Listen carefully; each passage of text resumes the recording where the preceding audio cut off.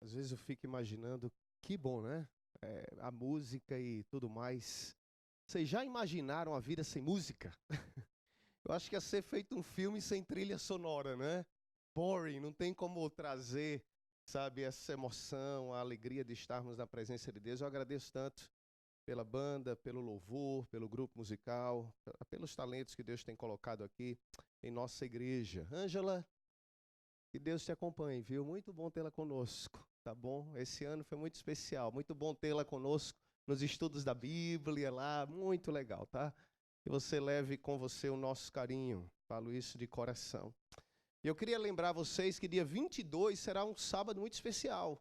Porque dia 22 nós teremos o nosso programa de Natal, e vai ser um dia assim, olha, põe na sua agenda, vai começar às 10h30, então vai começar mais cedo, ok? E nós vamos ter depois da programação Natal, onde vamos ter o grupo Lá, vamos ter... é o que me falam, né? Ou tem o nome ainda não, né? Ainda estão escolhendo. O bebê daqui a pouco está andando e não deram nome para ele. Aí tem o grupo, vamos ter o Under Grace cantando, as crianças. Esse é um dia muito alegre, muito festivo, não é? Vamos ter um almoço especial no dia 22, após o culto. Mas uma das coisas mais especiais para mim, que estão aquecendo o meu coração, é que vai ser o dia que nós vamos receber oficialmente mais um membro aqui em nossa igreja. E ele está ali. Fica em pé, Átila. Para quem ainda não te conhece, não acompanha muito, mas o Átila. E o Átila, no sábado 22, vai estar descendo as águas batismais e selando a vida dele com Jesus Cristo. A decisão dele foi solidificada no Retiro de Jovens. Mais uma vez foi uma bênção o Retiro de Jovens. Eu parabenizo a equipe JA. E a nossa alegria de tê-lo conosco. Essa é a sua casa e a sua família. Tá bom? Pode sentar. Obrigado, Átila. Mas hoje nós vamos conversar um pouquinho sobre a Bíblia. Por isso estamos aqui. Eu quero convidar você para abrir a Bíblia no livro de Números, capítulo 20. Números, capítulo 20. Abra sua Bíblia, Números, capítulo 20. E eu quero abordar hoje uma história da vida de um personagem bíblico, Moisés. E provavelmente, talvez, este não seria o episódio que Moisés escolheria da sua vida para nós falarmos sobre ele. Mas como diz Paulo em 1 Coríntios 1,15, Paulo diz que tudo que está na Bíblia escrito foi para o nosso ensino. Então a gente tem que ler tudo para a gente tirar ensinos para a nossa vida. Mesmo os erros. Quem de nós, por exemplo, os que são pais, não gostariam que seus filhos aprendessem dos seus erros? Para que não precisassem cometer os mesmos equívocos que você já cometeu. E eu confesso que eu nunca preguei antes sobre essa passagem, porque eu sempre achei essa passagem bíblica, ela muito desafiante. Parece que ela é muito dura, a maneira como Deus, ele lidou com a questão muito dura. E a Bíblia diz que Moisés, ele foi escolhido para liderar o povo de Deus. E Moisés, na realidade, ele não escolheu essa função, esse trabalho. Moisés, ele estava no deserto, ele estava lá em Midian, ele estava feliz, ele não estava buscando um propósito na vida, ele não estava, sabe, perdido, sem rumo, mas Deus foi lá e o escolheu, e interrompeu aquela sua aposentadoria para aquilo que seria a maior missão de sua vida. Leia comigo Números capítulo 20, vamos ler a partir do verso 1, onde a Bíblia diz o seguinte: no primeiro mês, toda a comunidade de Israel chegou ao deserto de Zim e ficou em Cádiz. Ali Miriam morreu e foi sepultada. Não havia água para a comunidade. E o povo se juntou contra Moisés e contra Arão. Discutiram com Moisés e disseram: quem dera tivéssemos morrido quando os nossos irmãos caíram mortos perante o Senhor. Por que vocês trouxeram a comunidade do Senhor a esse deserto? Para que nós e os nossos rebanhos morrêssemos aqui? Por que vocês nos tiraram do Egito e nos trouxeram para esse lugar terrível? Aqui não há cereal, aqui não há figos, nem uvas, nem romãs, nem Netflix, nem wireless, não tem McDonald's, não tem shopping center. Por que vocês nos trouxeram do Egito para esse lugar? E principalmente não tem água para beber. Moisés e Arão saíram de diante da comunidade para a entrada da tenda do encontro. E se prostraram rosto em terra, e a glória do Senhor lhes apareceu. Sabe, no extremo da necessidade, quando faltava água, Deus veio e falou com Moisés. E eu gosto porque eu leio a Bíblia e eu percebo o seguinte, que Deus sempre vem e fala no extremo da necessidade. Deus sempre vem e se manifesta. Mas Deus não força, porém, a sua presença. Ele não força. Ele espera você sentir necessidade. Ele espera você pedir, você clamar. Por isso, quando você vem à igreja, se você entra por essas portas com a atitude de eu já conheço tudo, eu já sei tudo, eu não preciso, eu já tenho o que eu preciso, você sabe o que vai acontecer? Deus vai se manifestar aqui, nos louvores, na palavra, de diversas, eu creio nisso. Mas você vai perder essa presença. Porque no seu coração não existe uma sede profunda de que Deus se manifeste em sua vida. Isso acontece em tudo. Quando você vem à igreja ou quando você está em casa e abre a sua palavra. Mas aqueles que vêm à presença de Deus de maneira humilde, sedenta, Deus vai se manifestar. E de alguma forma Ele vai trazer conforto, poder, força à sua vida pessoal. Vamos continuar lendo o verso 7. O verso 7 diz que o Senhor disse então a Moisés, Moisés, o povo está reclamando, está faltando água, pegue o cajado. Esse mesmo cajado que um dia transformou-se em serpente, com o qual você abriu o mar, o mesmo cajado que um dia você segurou no alto, e enquanto você segurava no alto, os amalequitas eram destruídos lá embaixo na batalha. Pegue esse mesmo cajado e com seu irmão Arão, reúna a comunidade. E diante da comunidade, fale àquela rocha, e ela verterá água. Vocês tirarão água da rocha para a comunidade e os rebanhos beberem. Então Moisés pegou a vara que estava diante do Senhor, como este lhe havia ordenado. E Moisés e Arão reuniram a assembleia em frente à rocha. E Moisés então olhou para o povo diante da rocha e disse, rebeldes, será que teremos que tirar água desta rocha para lhes dar? Então Moisés ergueu o braço e bateu na rocha 2 vezes com o seu cajado, com a vara, e jorrou água. A comunidade e os rebanhos beberam. Moisés dirigiu-se ao povo naquele dia, e eu não sei o que estava no coração dele, mas ele olhou para o povo e ele disse, rebeldes, não basta tudo que já aconteceu, mais uma vez, será que não acaba nunca? Você já teve vontade de dizer isso alguma vez para os seus filhos em casa, né? Rebeldes! Já teve? Não sei, né? Já teve vontade de falar isso em algumas situações? Eu já tive. E algumas vezes já falei. Eu lembro, eu fui pastor de uma igreja, muitos anos atrás, vocês não vão nunca identificar. E foi uma igreja que eu amei muito. A liderança da igreja no Brasil me convocou e disse, olha, vá para aquela cidade, uma capital no Brasil, vá para aquela cidade. É uma grande igreja, mas a igreja está destruída, a igreja está... E eu sabia que era um desafio, eu não queria ir, mas nós fomos. Nunca, sabe, resista à palavra de Deus. Mesmo quando Deus manda você para lugares que você não quer ir, Ele tem uma bênção especial preparada para você, sabe? Se você está aqui para a Austrália, talvez isso nunca foi um sonho na tua vida, mas foi acontecendo, sabe? Deus tem coisas preparadas para você, não desista nunca.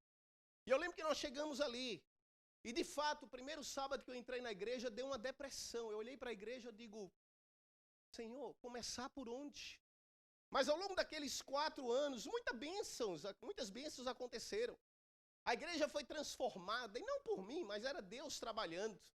E eu lembro que de tudo que foi feito na igreja, o último elemento que faltava no final do 4º ano, era que eu tinha um sonho de mudar a fachada daquela igreja, uma fachada de 20 metros de altura, toda de vidro. E eu disse, a gente tem que mudar essa fachada, estava tudo sujo, vidro quebrado, coisa Mas não tinha mais dinheiro, a igreja estava toda transformada espiritualmente, fisicamente, e faltava esse elemento. E eu lembro que um dia eu orei, e durante aquela semana uma senhora me ligou. E ela disse, olha pastor, o senhor não me conhece e tudo, mas eu recebi aí um valor, uma bênção especial, e eu queria fazer uma doação especial para a igreja. E eu queria que o senhor me dissesse qual é a necessidade hoje, que o senhor enxerga algum plano, um projeto, e na hora eu digo a fachada da igreja. E eu lembro que eu cheguei na reunião da igreja, eu digo, olha, a gente tinha um problema de dinheiro, né? Deus mandou. E eu já trouxe a solução, e era muito dinheiro. E todo mundo votou, então, na hora de ir. Mas sempre tinha um ou dois que ali não queriam. Eu lembro que depois que foi tudo feito, um dia eu estava lá na sala pastoral, ali dentro, e tinha um rapazinho junto comigo, e entrou um casal. Era um casal que não concordava muito com aquilo. Mas olha, eles me chamaram tanta coisa. Eu até aprendi naquele dia alguns nomes que eu não conhecia, né? Na inocência de pastor, né? Eu digo, olha, esse aqui é novo, esse eu não conhecia, né? Mas, quando terminou, eu estava tão chocado, né? Tão chocado e preocupado com o rapazinho. Porque ele tinha um sonho de fazer teologia. E eu disse, coitado, esse agora desistiu, né? Eu nem sei se ele continuou na igreja, porque nunca mais eu vi depois, né? Mas eu lembro que naquele dia eu olhei e eu disse para ele, sabe, rebeldes. Que rebeldia é essa? Que atitude é essa? Como é que nós somos assim, essa nossa natureza? E muitas vezes na vida eu olho e eu percebo que é natural nosso, às vezes, termos esse tipo de atitude. E eu entendo um pouquinho que Moisés passou ali, porque Moisés olhou para a comunidade e ele estava no seu limite. E Moisés disse, rebeldes, e ele feriu a rocha. E quando ele feriu a rocha, saiu água. Mas não é só porque funcionou por fora, que na realidade funcionou de verdade. Sucesso na vida não significa evidência da bênção de Deus com você. Alguém pode olhar para você e ver todas as evidências de que você está tendo sucesso na vida. Mas às vezes por dentro o seu coração pode estar seco e vazio. Não é porque funcionou por fora que funcionou de verdade. Eu confesso uma coisa, durante muito tempo em meu ministério, o meu sonho era ter uma igreja correta. Uma igreja que fizesse tudo certo. Que vestisse o que deve vestir, que comesse o que deve comer, que ouvisse a música que deve ouvir, que fizesse o que deve ser feito. O meu plano era ter uma igreja correta. Quando eu chegava num lugar, esse era o meu plano. Sair dali e ter uma igreja correta.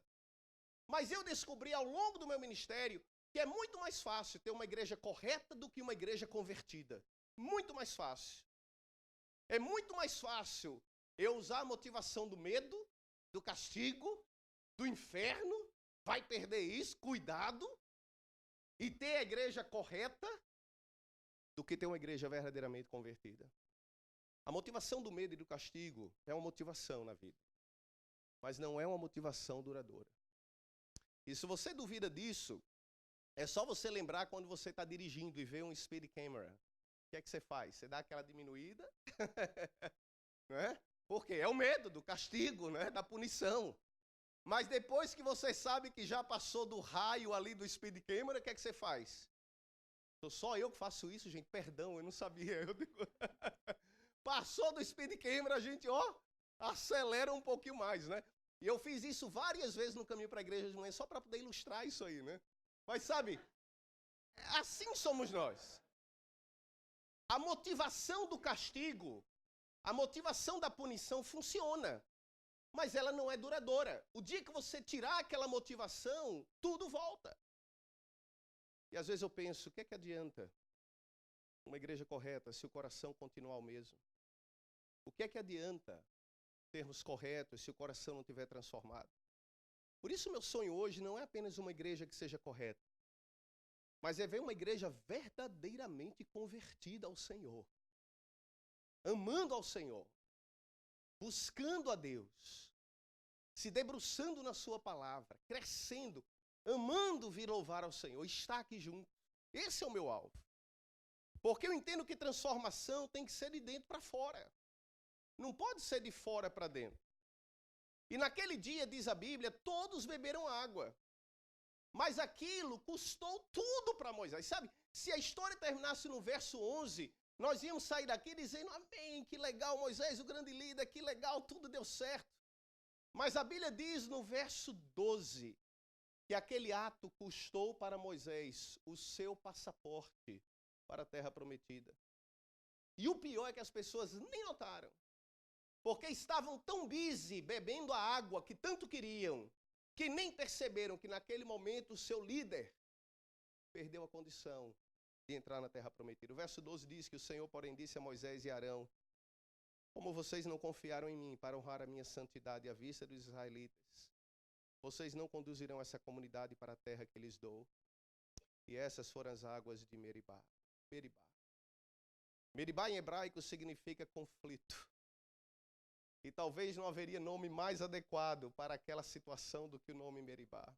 E hoje eu queria falar sobre 3Ds, que são 3 atitudes que podem trazer conflito espiritual e conflitos à nossa vida. E o primeiro D é a deficiência. Tá? Eu acho que está aparecendo aqui na tela, não quero ficar olhando para trás. Está ali também, estou vendo agora. Legal, obrigado. Deficiência. Esse foi o primeiro problema, faltava algo. E porque faltava algo, aconteceu o conflito.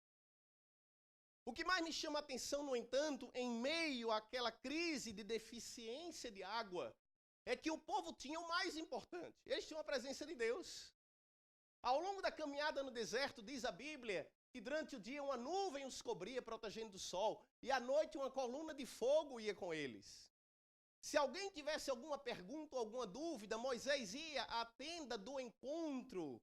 E ali na tenda, Moisés conversava com Deus ali, face a face. As pessoas tinham o mais importante, que era Deus com elas. Mas mesmo assim, elas sentiam como se estivesse faltando alguma coisa na vida. Deixa eu te perguntar uma coisa hoje de manhã. O que é que está faltando em tua vida? O que está faltando?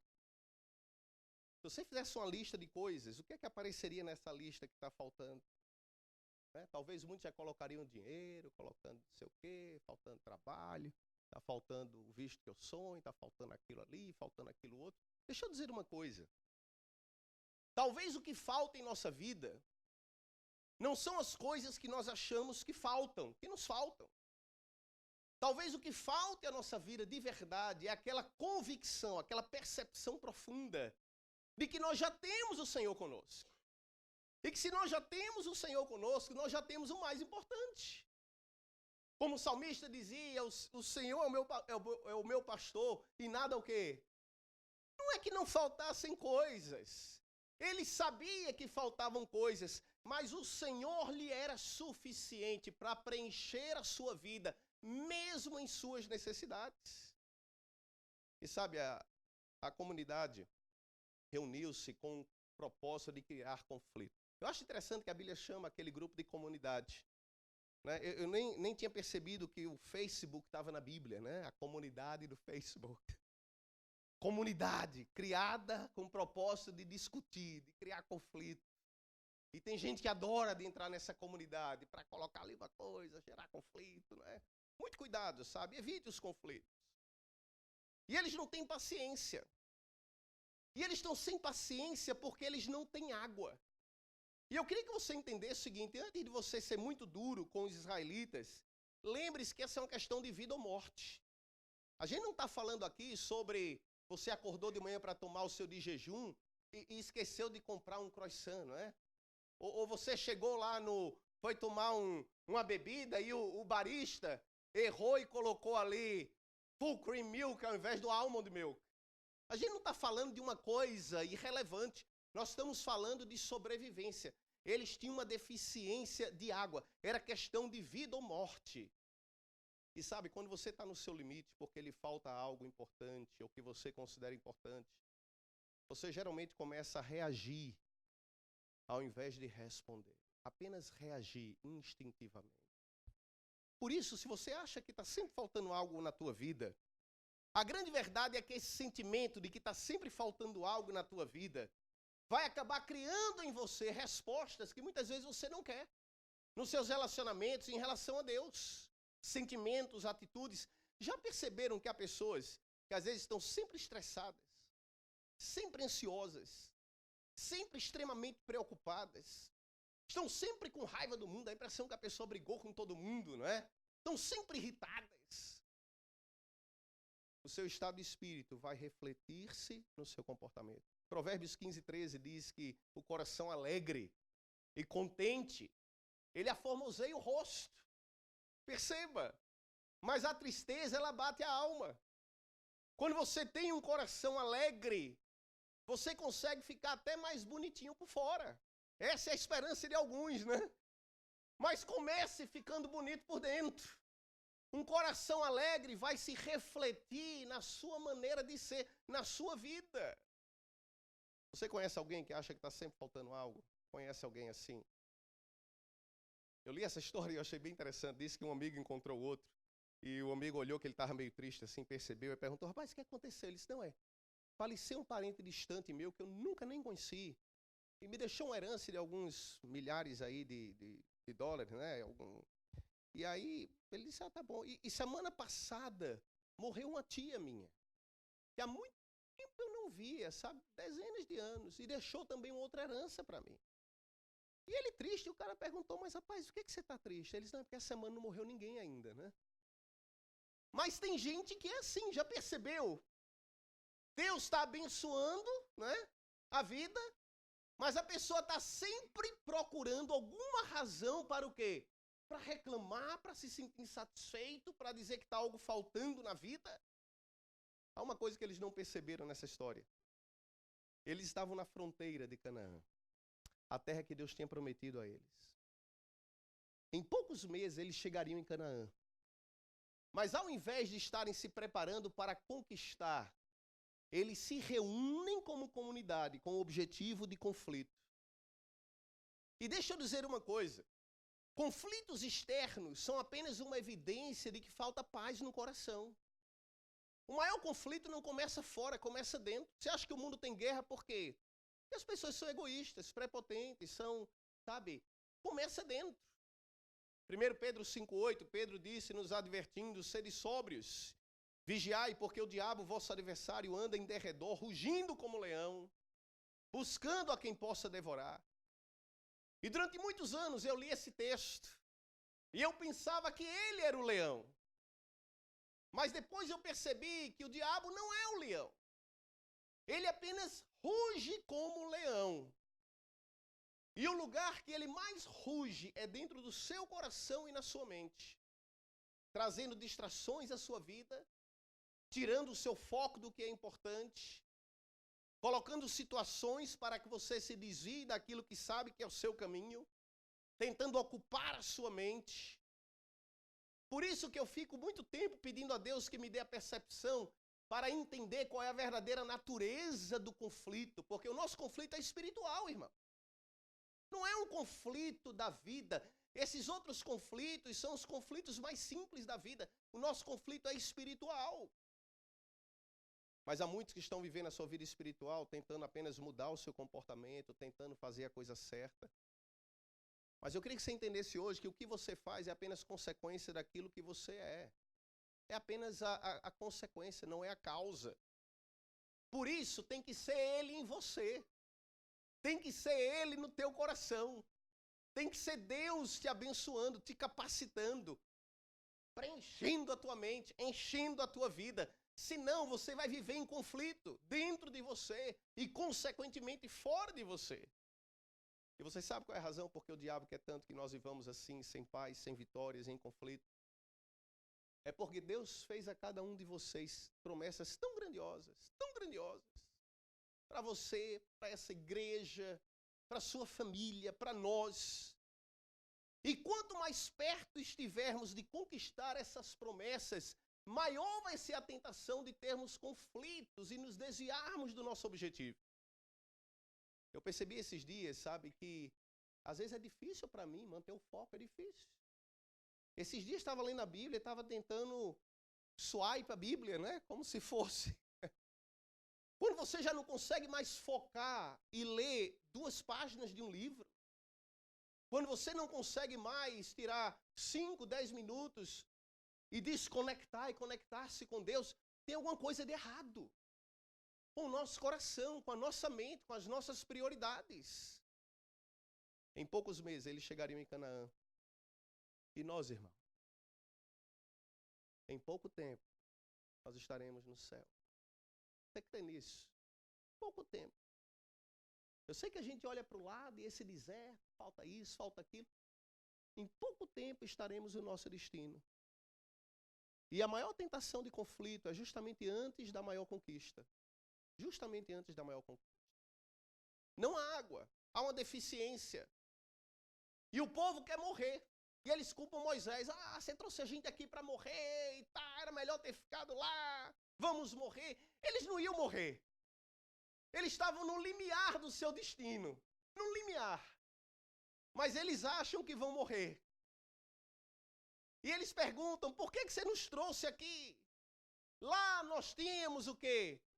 Uvas, lá nós tínhamos figos, lá nós tínhamos romãs, lá nós tínhamos. Mas eles se esqueceram. Acredito que sim também. Mas eles se esqueceram de mencionar uma coisa. Os chicotes, a palha, os tijolos. Lá nós tínhamos, lá. E eu imagino que Moisés olhou para o povo e disse, e os chicotes, vocês já se esqueceram? E a palha para carregar, e os tijolos, e as pedras. Sabe, muito cuidado com o saudosismo, muito cuidado.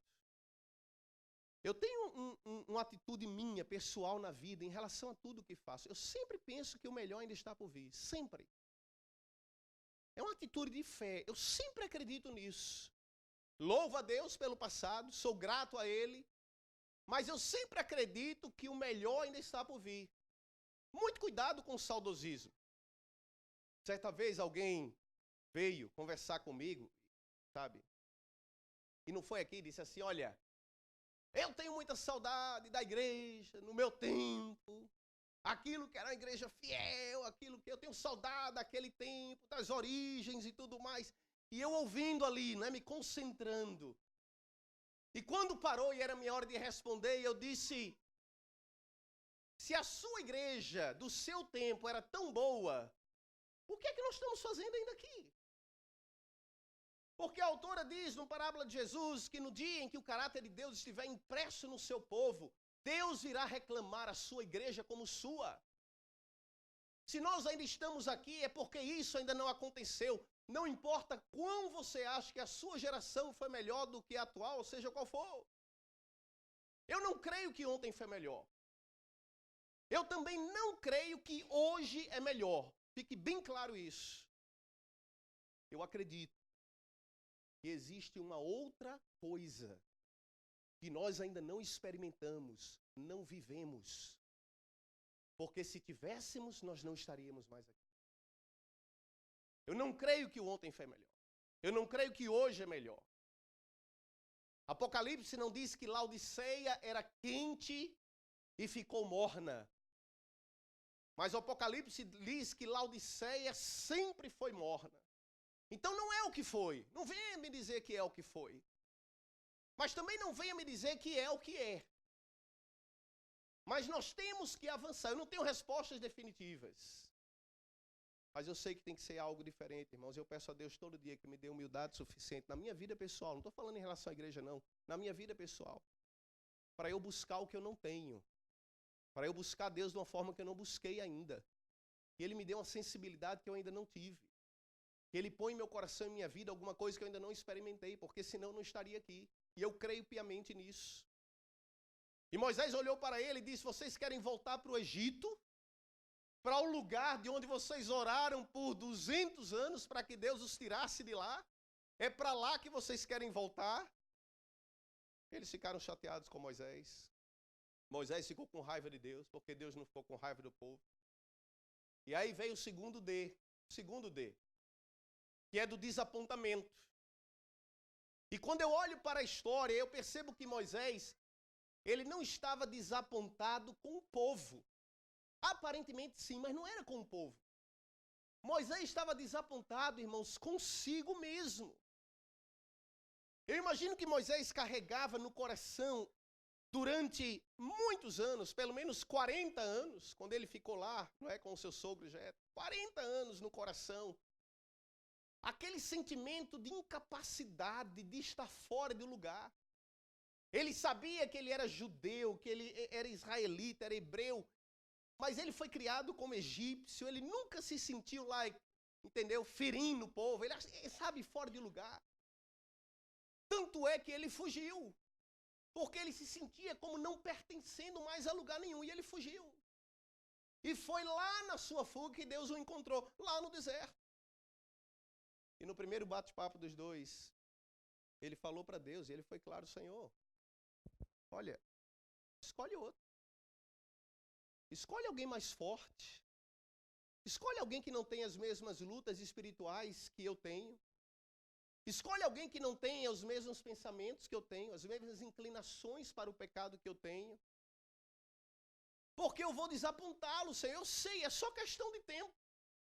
Eu sei que eu vou desapontar o povo também, é só questão de tempo. Porque não está em mim, eu não posso, escolhe outro. Moisés estava lidando não apenas com os conflitos em Meribá, mas com 40 anos de frustrações que ele guardava dentro do coração e desapontamentos consigo mesmo. E depois de tanto tempo, ele ainda era do jeito que era. Eu vou ser sincero, irmãos, às vezes eu fico muito desapontado comigo, muitas vezes, por não ser aquilo que eu gostaria de ser. Eu queria ter tido uma juventude diferente, ter feito coisas diferentes, ter feito algumas escolhas na vida diferentes. Eu sou muito grato porque eu não sou o que eu era. Mas eu tenho muita consciência de que estou longe de ser aquilo que devo ser. Eu preguei um dia sobre isso aqui, sobre esse gap que a gente vive, né? Essa luta diária. E a maior luta é você ser honesto consigo e com Deus. Para não tentar esconder, como Moisés fez, esconder o egípcio que ele matou na areia. E até nisso ele era ruim, porque eu acho que o dedão do indivíduo ficou para fora da areia que alguém descobriu. Enterrou mal enterrado o defunto. E descobriram o pecado dele. Sabe, às vezes eu tenho que esconder algumas coisas, e principalmente lá em casa, sabe? Às vezes eu tenho muito medo de quando eu faço coisa errada em casa, e eu digo: ixi, Ângela vai descobrir. Vou levar uma bronca. E as meninas vão ver. E aí no dia que elas fizerem algo parecido, eu não vou ter moral mais para reclamar, né? E esses dias eu entrei lá na Pentra e fui pegar lá uma comida, ia comer de manhã, e eu peguei uma lata daquela de achocolatado, 400 gramas, tinha que ser logo a maior, né? E eu derrubei aquela lata dentro da Pentra. Eu nunca vi tanto pó subir na vida, aquele pó fino, preto, sabe? Subiu assim. E a primeira reação foi ver quem estava por perto. Aí eu lembrei que Ângela e André já tinham saído, a Adriana estava lá em cima dormindo, mas aí eu lembrei de alguém. Quando eu virei para o lado, estava o cachorro Nino olhando para mim, né? E sabe, cachorro não fala. Mas se ele pudesse falar, ele estaria dizendo o seguinte: eu vi. Eu sei o que você fez no verão passado, né? Eu sei. Eu vi. Eu tive que subornar ele, lógico, peguei logo um treat ali. Nino, toma aqui um treat, já dei para ele brincar. E quando eu saí para ir pegar o aspirador, que estava lá em cima, eu fui pegar o aspirador. Quando eu desci, o cachorrinho, que ainda é pequenininho, um pug pequenininho, ele estava lá dentro da pantry, lambendo o chão inteiro. E com a mistura da saliva, aquilo virou achocolatado no chão da cozinha, em tudo. Eu passei o dia observando o cachorro, que eu digo: ele vai morrer hoje, comeu muito chocolate, eu passei o dia olhando para ele, né? Eu digo: não dorme não, passa o dia acordado. E o pior é que eu limpei, eu aspirei tudo, mas o pó era tão fino que ele entrou no aspirador e eu não imaginei aquilo. Ele travou o aspirador. E o pior é que por alguma razão a Ângela foi usar o aspirador naquele dia, à noite ou no outro dia. E ela disse: mas o que foi que aconteceu? O aspirador está quebrado, tudo. Eu digo: eu não acredito, a gente comprou em julho, é novo. Eu digo, faz o seguinte, não mexe não, deixa aí que eu levo na garantia, amanhã eu resolvo isso aí. Ela: tá bom, mas o que aconteceu? Não sei. Digo. Mas sabe, eu sei que com Deus eu não posso esconder. Eu sei que com Deus não tem para onde eu fugir. Você não consegue esconder de Deus. Você não consegue fugir de Deus. Deus está em todo lugar, irmão. E se você algum dia já olhou para Deus e pensou em dizer: Senhor, por que eu, Senhor? Eu estou aqui, mas tu me conhece, por que eu? Deus olha para você, ele diz o seguinte: por que não você? Por que não você? Se eu já mudei a vida de outros, por que eu não posso mudar a tua vida? Se eu já salvei outros, por que eu não posso te salvar? Se eu já fiz outros casamentos felizes, por que eu não posso fazer do teu casamento um casamento feliz? Se eu já salvei outros filhos, por que eu não posso salvar os teus filhos? Não olhe para você. E sabe, naquele dia, a comunidade se reuniu. E a comunidade reclamou. E Moisés estava ali, desapontado. Não com o povo, mas consigo. Aquela comunidade precisava se converter. Eles tinham sido libertos do Egito, mas haviam carregado o Egito dentro deles. E eu vou dizer uma coisa: é mais fácil saber viver em liberdade do que obter a liberdade. E eu vejo muito isso aqui na Austrália. De pessoas que às vezes, mudam para cá e às vezes tem um pai que liga para mim e pergunta uma coisa e eu digo: olha, eu não sei por onde anda. Porque muitos de nós, quando ganhamos a liberdade, não sabemos lidar com essa liberdade. O povo saiu do Egito, mas eles carregaram o Egito dentro deles. O problema deles não era informação, mas era conversão. E foi nesse momento que Moisés, ele entendeu aquilo que é a terceira atitude nessa manhã que eu quero mencionar, que é a atitude da dependência. De quem você depende? Ou do que você depende? Interessante é o seguinte, é que Deus pede para Moisés levar o cajado com ele, para ir lá resolver o problema da água. Mas ele pede para Moisés não usar o cajado. E eu às vezes fico pensando, por que Deus pediu para Moisés levar o cajado se não era para usá-lo? Porque Deus queria que Moisés de alguma maneira entendesse a dependência de Deus. Aquele cajado era muito importante para Moisés. Naquele filme Náufrago, lembra? Tom Hanks, ele tinha uma bola de vôlei. Aquilo ali era muito importante para ele. Moisés tinha um cajado. O cajado era qual a sua identidade? Era o seu companheiro de viagem. E quando ele levou o cajado para diante da rocha, Deus queria que Moisés entendesse que não era o cajado, não era o que ele tem, não é o que ele sabe, mas é Deus agindo em sua vida. A dependência. E Deus diz: segure o cajado, pegue o cajado, segure ele, mas fale a rocha. Mas Moisés bateu na rocha. E quando Moisés bateu na rocha, e eu estava lendo esse texto, eu fiquei lembrando daquilo que Moisés conversou com Deus, na sua primeira conversa com Deus. O que é que ele disse a Deus? A sua primeira desculpa, quando Deus o chamou para liderar o povo para fora do Egito. Senhor, eu não sei falar. O meu negócio não é conversa.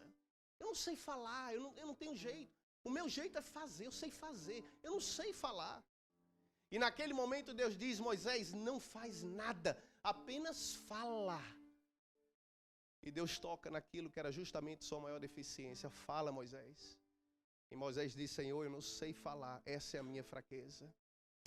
O que Deus queria que Moisés entendesse, irmãos, era em quem você confia. Em quem você confia. Dependa de Deus.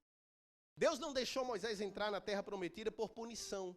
Eu sempre tive medo de pregar sobre esse texto porque eu achei que era punição. E eu ficava: como é que pode? O cara fez tudo certo a vida inteira. Dá uma escorregada no final e Deus, tira ele. Que chance eu tenho? Porque eu sei que é só questão de tempo. E eu vou escorregar também, eu vou desapontá-lo. Então o que adianta tanto esforço para no final Deus me tirar no meu último vacilo da vida? E eu li esse texto, me incomodava. Mas hoje eu entendo que Deus não permitiu ele entrar, não foi por punição, irmãos, mas foi por proteção.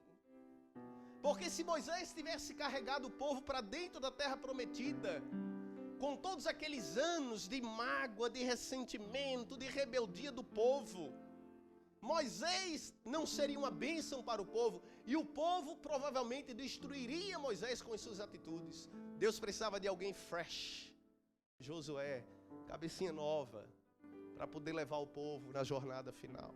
Não foi punição, irmãos, mas foi proteção. Mas eu quero terminar hoje perguntando a você em quem você confia. 1 Coríntios 15:4, Paulo diz que aquela rocha que os acompanhou era Cristo. Não era rocha, mas ela era um símbolo de Jesus Cristo. Não é você, não sou eu. Eu fico muito feliz, irmãos, que na minha vida eu não sou a rocha. Eu fico muito... Vocês sabem o alívio que isso dá? O peso que isso tira dos meus ombros, em saber que na minha vida pessoal, no meu trabalho, em qualquer coisa que eu faça, que eu não sou a rocha, mas que Ele é a rocha. E que a minha única atitude é confiar nessa rocha que me acompanha na minha jornada ao longo desse deserto. Ele é a rocha. Isso tira um peso dos ombros. Porque tem domingo e tem segunda-feira que eu abro a Bíblia e eu leio e digo: Senhor, o que é que eu vou pregar para esse povo depois de 10 anos, sábado que vem? Eu não sei o que pregar. E eu oro a Deus e digo: Baby Jesus, né? Me ajuda. Manda alguma coisa, hein? Que inspira, põe no meu coração. E é Ele. E eu não quero desapontá-lo, e eu não quero desapontar vocês, mas me tira um alívio tremendo dos ombros, saber que eu não sou a rocha. Sabe, não caminhe nesse mundo acreditando que a sua vida depende de você. Você não é a rocha. Ele é a rocha que te acompanha. Apenas dependa dele. Creia nele. E Deus será tudo para você. Tudo. Toda vez que Moisés dizia para Deus: eu não sou, Deus dizia: eu sou. Eu não sou, eu sou. Eu não sou, eu não sou, eu sou. Ele nessa manhã será para você tudo aquilo que você precisa, que você deseja, e ore para que Ele seja em sua vida. Você crê nisso? Fecha os teus olhos, querido Pai. Nós louvamos o Teu nome, Senhor, nessa manhã, porque o Senhor é a rocha. Nós somos os viajantes, Pai, nesse deserto. Nós não sabemos, nós não temos, não conhecemos. A única convicção que temos é que estamos muito perto do nosso destino final. Ajude-nos para que não percamos o foco e dá à nossa vida uma dependência completa do Teu poder, da Tua graça e do Teu perdão. Para mais do que sermos uma igreja correta, Senhor, que possamos ser uma comunidade convertida pelo poder e pela graça de Deus, em nome de Jesus. Amém, Senhor.